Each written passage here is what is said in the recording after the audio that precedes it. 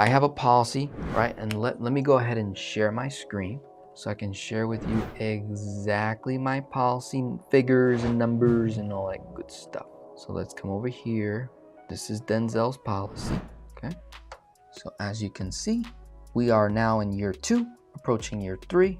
Current cash value, $33,000. Got a loan out for $13,500. I'm funding $15K a year, base premium $1,500. The LISR, that's like the term, $1,500, and the AILR, that's pure cash value, $12K. That's the splitting of the money where the $15K is going. Okay, death benefit almost at $1 million, just under $900K. I'm gonna be paying $15K in for the next like 31 years, all the way up until age 65.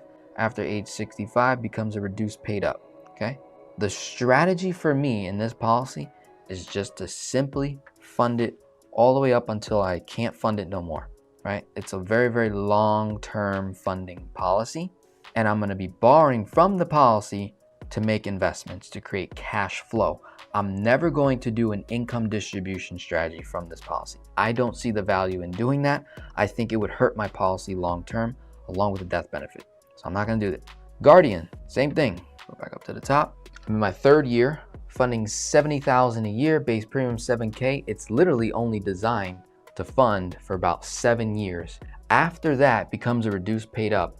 If I don't do that, I can keep funding the policy, but not at $70K. That is the disadvantage of a 1090 split, is that you cannot fund it as long as you typically would like. It gets a little iffy according to like the risk, in my opinion. I still got to learn, but that's when the argument for having a higher base premium would essentially make a little more sense if you want to go really, really long. Now, with Mass Mutual, they let you go as low as 1090 and fund pretty long. So that's pretty interesting too, with the insurance limitations.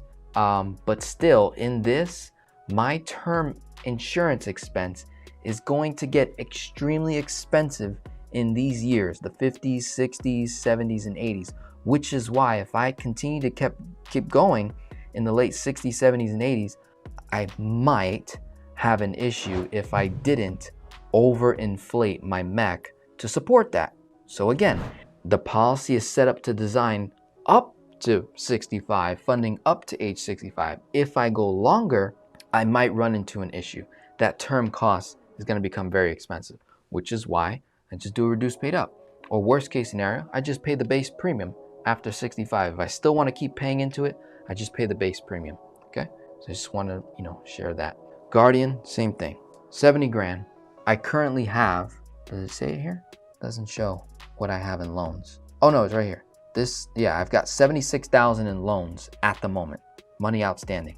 Each and every year, I pay the loan interest out of pocket, and then I create more profit from it. So I just want to show you those two policies so you get a nice idea of that. Let's come back to the board. All right. So when each and every year, I'm taking out 40K. I'm paying somewhere in the neighborhood between 5 and 6% for Guardian. And then whatever is the interest rate, I pay it in full upfront in the beginning from my cash flow. So in addition to putting in 70 grand, I'm also paying an additional couple $1,000s in interest. That 40 grand is now gonna go to work for me, right?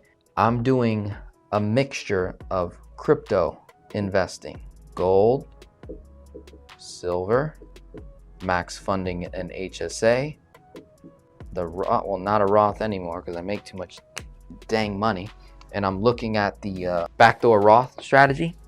So I got that in my hindsight, but in the meantime, I just have a brokerage account. So I got the stock, HSA, gold, silver, crypto. I'm doing some lending. Like I said earlier, I lent some money, real estate, right? All of these things are going to yield much higher returns than 5 to 6%. We're talking 100% returns over a long period of time, depending on what I invest in. Like a crypto investment, I could get 100x, not 100x, 100%. Well, probably in reality, when I bought Ethereum around $300, now it's at 3,000 plus. That's is that a 300% return or higher? I forget. Let me see. I forget them. But these are high returns. Yes, So those returns, I don't want to affect the compounding, the rule of 72 on those investments. So I'm going to keep creating revenue and income and just pay the loan interest myself, and I'm financing these things. Meanwhile, the same money is growing in the policy, uninterrupted interest, compounded, tax-free. So it creates a wash effect, no cost of borrowing. Highly effective in my opinion.